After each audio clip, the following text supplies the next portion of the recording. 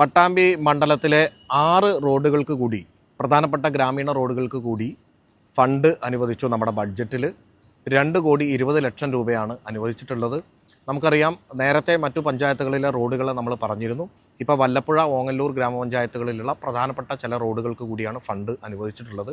ഗ്രാമപഞ്ചായത്തുകളും block പഞ്ചായത്തുകളും ജില്ലാ പഞ്ചായത്തുകളുമാണ് ഗ്രാമീണ റോഡുകൾ നേരിട്ട് ചെയ്യുന്നത്.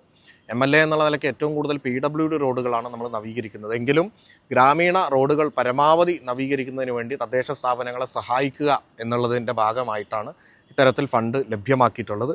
ബഡ്ജറ്റിൽ ഉൾപ്പെടുത്തിയിട്ട് പുതുതായിട്ട് വന്ന റോഡുകളുടെ ഭരണാനുമതി ലഭിച്ച റോഡുകളുടെ വിവരമാണ് ഞാൻ പറയുന്നത്. തൊണ്ടിയന്നൂർ പൂവക്കോട് കിഴക്കേക്കര റോഡിന് 50 ലക്ഷം രൂപ, അതുപോലെ തന്നെ വല്ലപ്പുഴ വാടനാംകുറിശി റോഡിന് 50 ലക്ഷം രൂപ, നമ്മുടെ പോക്കുപ്പടി നമ്മുടെ ആശുപത്രി മുതൽ പാത്തുപ്പടി വരെയുള്ള റോഡിന് 50 ലക്ഷം രൂപ, വല്ലപ്പുഴ ചുങ്കപ്ലാവ് 4 മൂല റോഡിന് 40 ലക്ഷം രൂപ, നമ്പ്യത്തുപടി എടാങ്കുന്ന് മൂലത്തങ്കോട് റോഡിന് 20 ലക്ഷം രൂപ, അതുപോലെ തന്നെ നമ്പ്രം കണ്ണമ്പാറ റോഡിന് 10 ലക്ഷം രൂപ. ഇത്രയും റോഡുകൾക്കാണ് ഫണ്ട് ലഭ്യമായിട്ടുള്ളത്.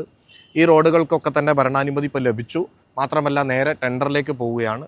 പെട്ടെന്ന് കരാറുകാരെ ഏറ്റെടുത്തു കഴിഞ്ഞാൽ വളരെ വേഗത്തിൽ തന്നെ നമുക്കിത് പൂർത്തീകരിക്കാൻ കഴിയും.